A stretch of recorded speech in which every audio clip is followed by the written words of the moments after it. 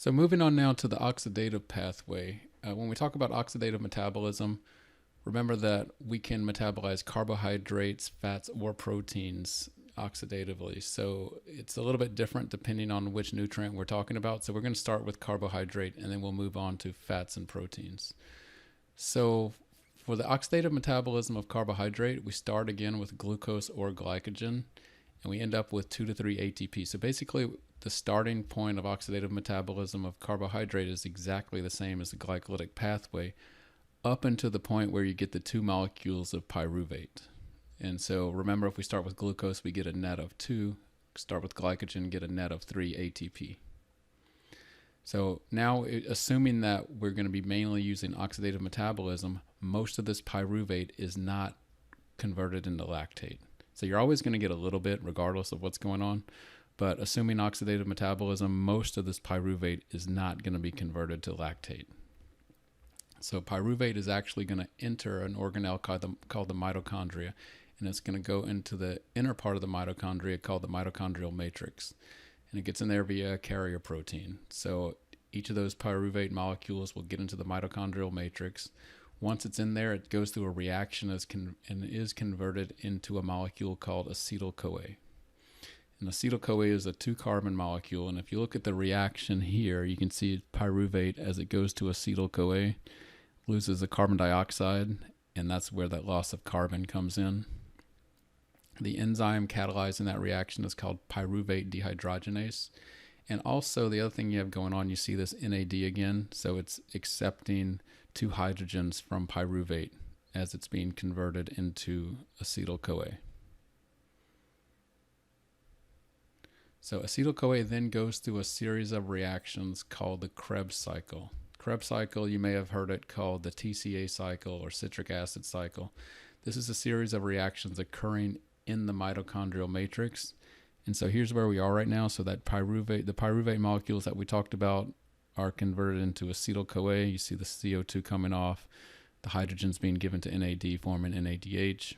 And then acetyl-CoA is going to bind with this molecule called oxaloacetate to form citrate. And then citrate's going to go through all these intermediate forms and then basically end back up with oxaloacetate. So as these reactions are occurring, you see there's a lot of stuff going on. So we're going to look at this in a little more detail. So all these molecules here are known as Krebs cycle intermediates. They're all intermediates of this whole series of reactions. So I just tried to circle the important reactions. So you can see at 3 different places. So here, here, and also here, we're getting hydrogens removed from these intermediates and given to NAD, forming NADH. So throughout this whole series of reactions, we get the formation of 3 NADHs here, here, and here. At another place, we get hydrogens given to FAD, forming an FADH. Notice they write it a little bit different, FADH2. So 1 FADH for each turn of this series of reactions. And the other important thing is you get the formation of something called GTP, which stands for guanylyl triphosphate. So GDP gets converted to GTP. And then we can't do a whole lot with this GTP, but what we can do is take the phosphate from it, give it to ADP, forming an ATP. And so you get the formation of 1 ATP here, and that's the important thing. So to summarize the Krebs cycle, for each series of reactions, you get 3 NADHs, 1 FADH, and an ATP. Now remember, grand scheme of things, if you're talking about 1 molecule of glucose, or a unit of glycogen, we actually had 2 pyruvate molecules. So you'd actually get this occurring twice if you relate it to a molecule of glucose or a unit of glycogen. So remember, there were 2 pyruvate from each glucose. Thus, for each molecule of glucose, you get 2 ATP, 6 NADHs, remember 3 for each turn of the cycle, 2 FADHs, 1 for each turn of the cycle, and 4 CO2. And I didn't show you the CO2, so let me go back really quick.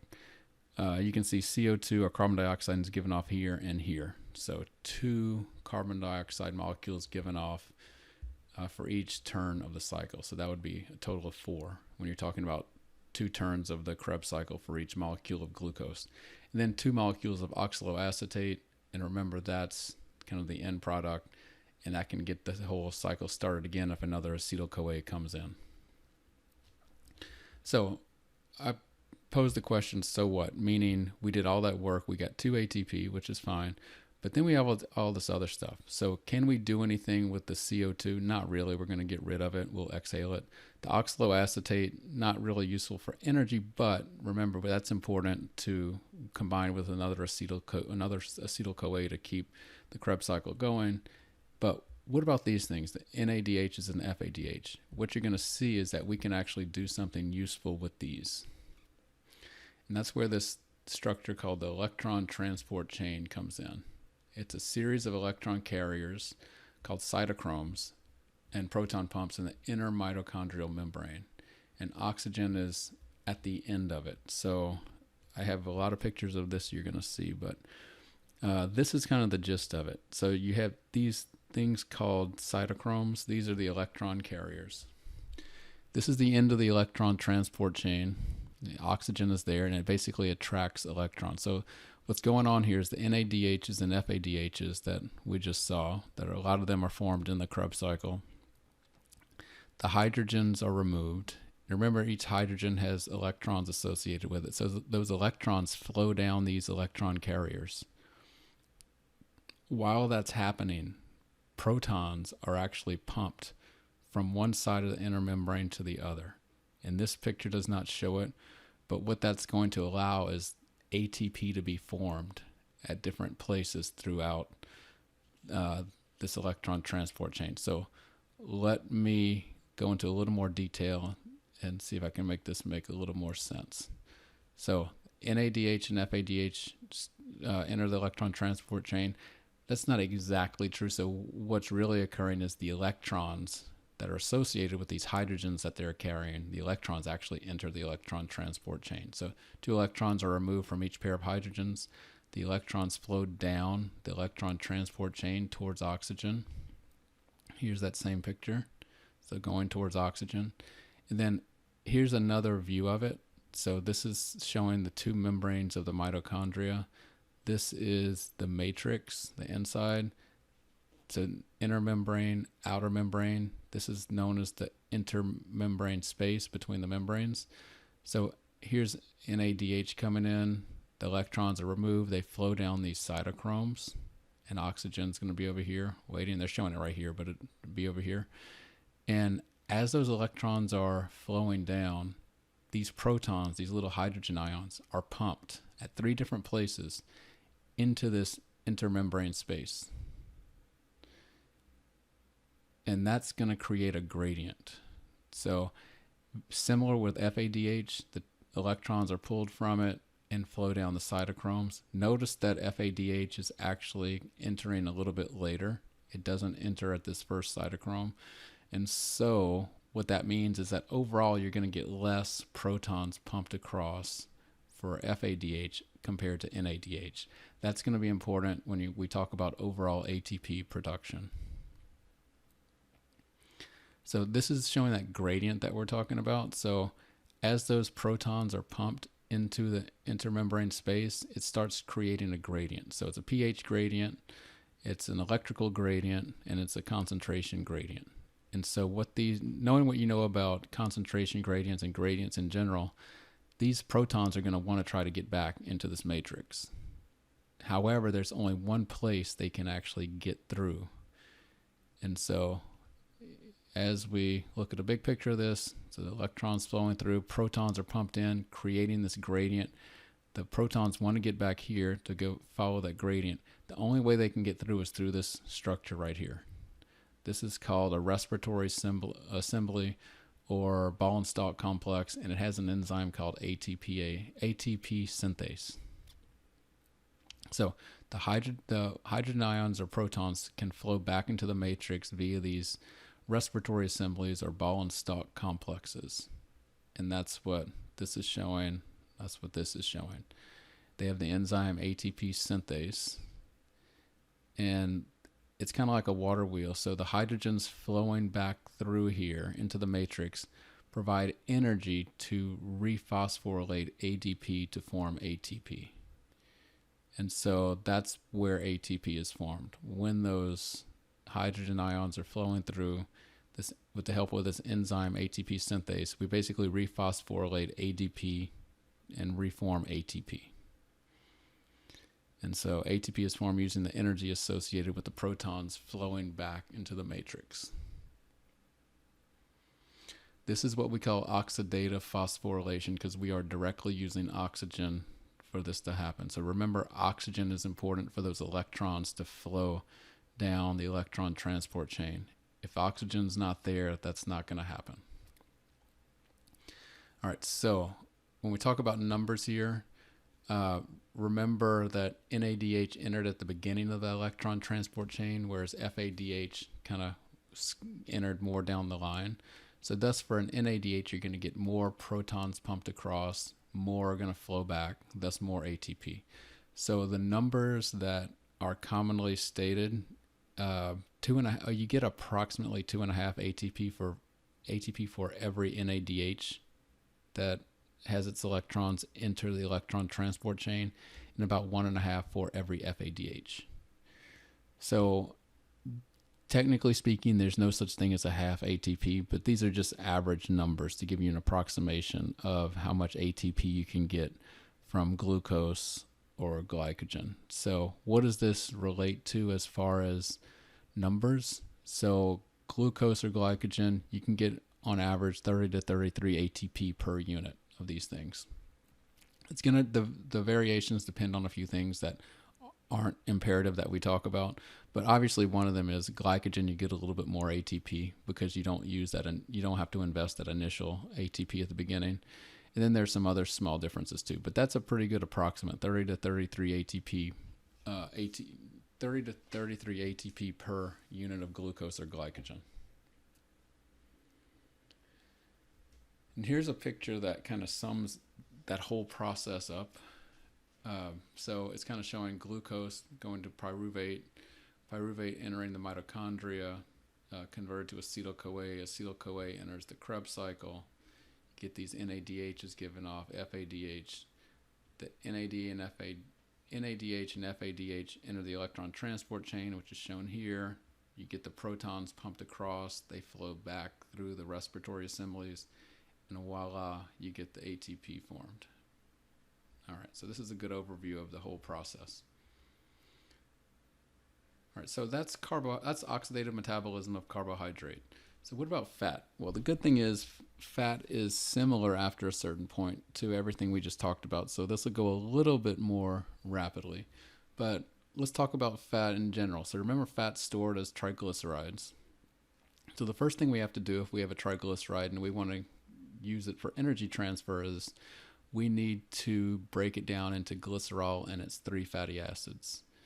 That process is called lipolysis. So lipolysis basically means the breakdown of fat, but that's what you're doing. You're breaking the 3 fatty acids off of a glycerol. And so the enzyme that does that, there's different forms, but an enzyme that stimulates lipolysis is called a lipase.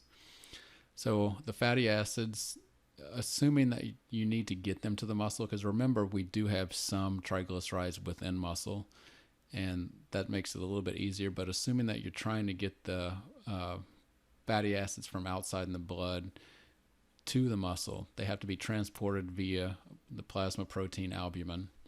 Then they have to get into the cell.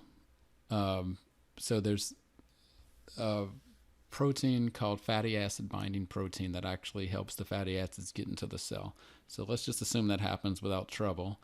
And then once inside the cell, the fatty acid, it does need to be activated. It's a little more detail than we need, but a big step here is it has to get into the mitochondrial matrix. So the fatty acids have to get into the mitochondrial matrix. It does that with the help of a molecule called carnitine. So you may have seen carnitine sold in a supplement store. Sometimes it's marketed as a fat burner, but that's what carnitine does. It transports the fatty acids into the mitochondrial matrix. Once in the mitochondrial matrix, beta oxidation occurs. So beta oxidation is a process by which a fatty acid is broken down step by step. And we're going to take a look at it right now. But this is just an overview of what we just talked about. So let's assume this is out in the blood. So these are 3 fatty acids being carried by albumin. It gets into the cell. Your fatty acid binding protein helps that happen. Then to get it into the mitochondrial matrix, we need this molecule called carnitine. And then it's in here. We can go through a process called beta oxidation. So beta oxidation is a process by which a fatty acid is just broken down. And it's broken down in units of 2 carbons. So one turn, if we call this a cycle, beta oxidation cycle, one turn of that cycle is going to cut 2 carbons off the end of this. And then it's going to happen again. The next 2 are cut off. And then the next 2. And then the next 2. So each time we go through beta oxidation, a 2-carbon unit is cut off of the fatty acid. It's released in the form of acetyl-CoA. Every time we go through the beta oxidation cycle, we also get an NADH and an FADH. So, for example, if we had a fatty acid that was 16 carbons long and it went through beta oxidation, 2 carbons would be removed. They're in the form of acetyl-CoA. We're left with 14 carbons, and we also get an NADH and an FADH. Then, as you can imagine, this 14-carbon fatty acid is going to go through beta oxidation again, and then we're going to be left with 12 carbons, another acetyl-CoA, another NADH, another FADH. This is going to occur until only a 2-carbon unit's left. And this is an old school picture of what beta oxidation actually looks like. So if here's your fatty acid coming in, let's say it's 16 carbons long, it goes through this process, NADH is released, your 2 carbons are released as acetyl-CoA, and FADH is released, and then we're left with 14 carbons. That 14 carbon will go through again, then you're left with 12, and then 10, and then 8, and then 6, and they'll go down until there's nothing left. So how much ATP can we actually get from fat? It's going to depend on the length of the fatty acid, first and foremost, because more carbons lead to more beta oxidation cycles, more acetyl-CoA, and more ATP. So just to give you an idea, we don't have to go through all the calculations, but a 16-carbon fatty acid will give you about 130 ATP, 18 carbon about 146, and so that gives you a ballpark figure.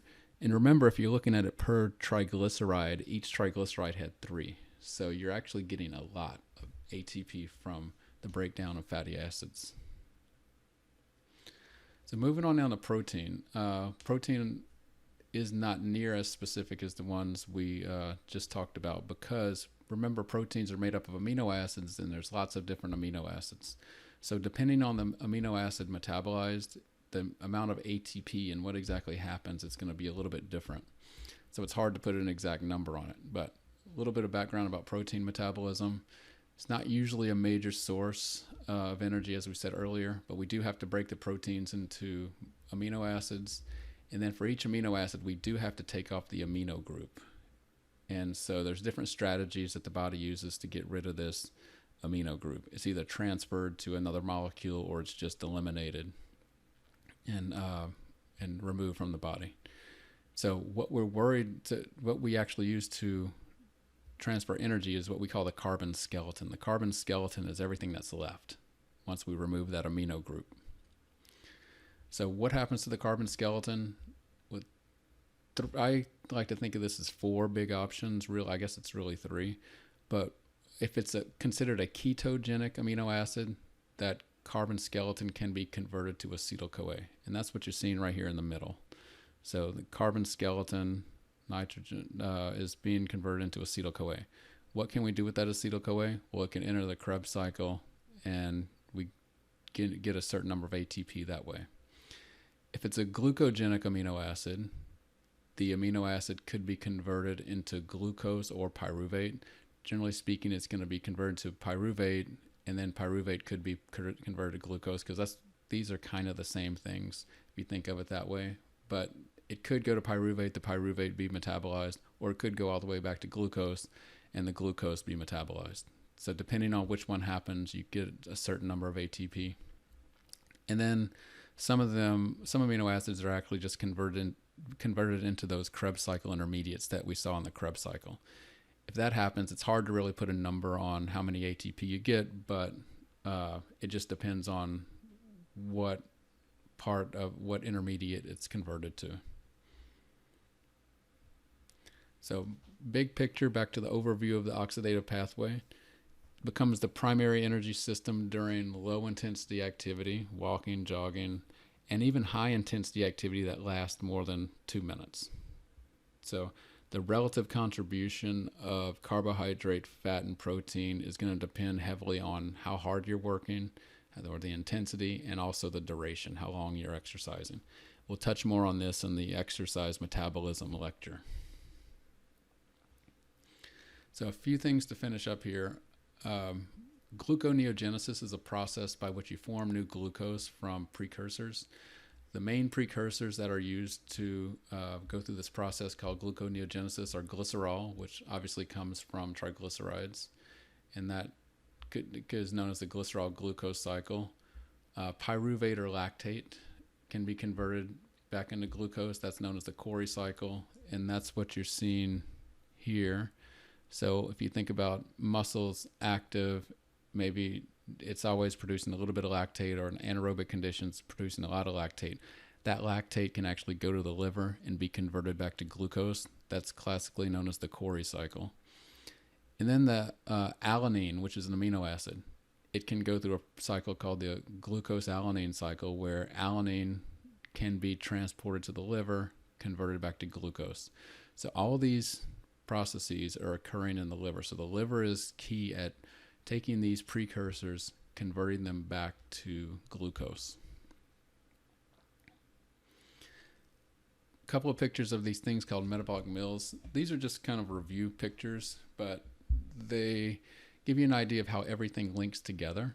So we talked about all this, but with carbohydrate metabolism, glucose or glycogen goes through glycolysis, end up with pyruvate.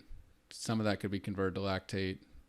Oxidative metabolism, pyruvate goes to the mitochondria, converted to acetyl-CoA, and enters the Krebs cycle, and we know what happens from that point on. Fats, fatty acids, and glycerol. The fatty acids go through beta oxidation and get acetyl-CoA that way. The proteins, they can be broken into amino acids. We get rid of the amine group, and then you see the options here. The carbon skeleton can be converted to pyruvate or glucose, acetyl-CoA, or Krebs cycle intermediates.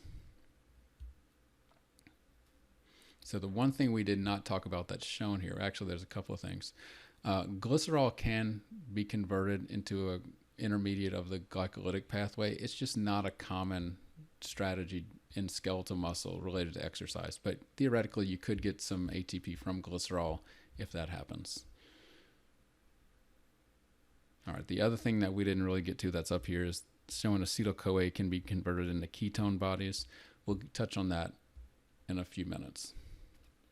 All right, here's that same thing, just a different view. So glycogen, glucose, pyruvate, acetyl-CoA, lactate, protein coming in, different options, and then the triglyceride, glycerol, fatty acids. All right, notice the different terminology. Lactic acid versus lactate, pyruvic acid versus pyruvate. In the human body at the normal pH, it's in the form of lactate and pyruvate, not lactic acid and pyruvic acid. So the difference between the two is just a hydrogen. So you probably heard the term lactic acid or versus lactate. Just in the human body at a normal pH, it's not in the acid form, so you're actually measuring lactate. So that's why I'm going to consistently use the terms lactate and pyruvate versus the lactic acid versus or pyruvic acid. All right, so ketone bodies. I said I would get back to this. So ketone bodies are structures or molecules that are formed under low carbohydrate conditions. So what's going on here is that when carbohydrates are low, let's say you haven't eaten or whatever the reason is, but carbohydrates are low, To try to make more glucose, one of the strategies that cells can use is they take this molecule of oxaloacetate and convert it into pyruvate, which we know then can be converted back to glucose. So that's one way of like reforming glucose when carbohydrates are low. However, the problem that causes is that if we're using all this oxaloacetate to try to form new glucose, this acetyl-CoA has nothing to combine with to keep the Krebs cycle going. And so there's insufficient oxaloacetate to keep the Krebs cycle going. So in that case, this acetyl-CoA has nowhere to go. So the liver can take this acetyl-CoA and convert it into ketone bodies. The main ketone bodies are beta-hydroxybutyric acid, acetone, and acetoacetic acid. So this first one is by far the most common. And so what are the implications of these ketone bodies? It's actually a good thing unless they get too elevated. So many tissues can actually use these ketone bodies and metabolize them for energy. The brain definitely can do this. Skeletal muscle can do this. So it's not a horrible thing. But if someone, let's say with diabetes, it's possible that their ketone levels get really high, then it can actually start to affect the pH. And you can get a condition called ketoacidosis. So extreme amounts of ketones could potentially lower the pH. That's the potential problem. In moderate amounts, though, there isn't a huge negative thing of accumulating a small amount of ketones, because your body can actually use them for energy. All right, the last thing I want to talk about some hormones related to metabolism. So insulin is a hormone secreted by the pancreas, increases glucose uptake. It also increases fatty acid and amino acid uptake, so decreases blood glucose. Glucagon, also released from the pancreas, increases glucose in the blood, increases mobilization or mobilizes glucose and fatty acids, so increases blood glucose, stimulates gluconeogenesis. Growth hormone also helps maintain blood glucose by stimulating gluconeogenesis, mobilizing fatty acids, so stimulating your body to rely more on fats to basically spare blood glucose, and then also reducing glucose uptake. Your catecholamines, namely epinephrine and norepinephrine, are secreted by the adrenal medulla, and also at least norepinephrine secreted by sympathetic nerve endings. Increased metabolism, basically increased glycogenolysis, increased lipolysis. And thyroid hormone, T3 and T4, increased metabolism and thus overall mobilization of fats and carbohydrates.